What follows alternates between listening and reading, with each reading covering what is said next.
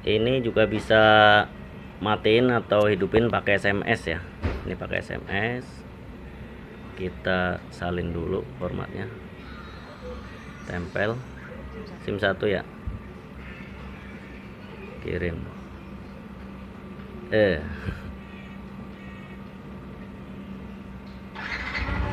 hidup.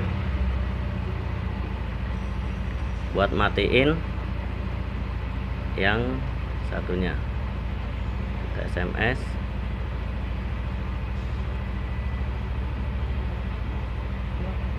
Belum, tangan saya susah amat ya. Mati. Terus dia juga bisa pakai remote. Ini 3 kontrol. Kalau pakai remote, ini unlock, ini lock. Ini buat ngidupin dari remote, pijitnya 2 kali yang gambar petir. Nah, matiin yang gembok buka. Tuh.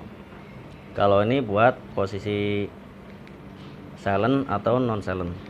Tuh. Nah, dia silent, masuk silent.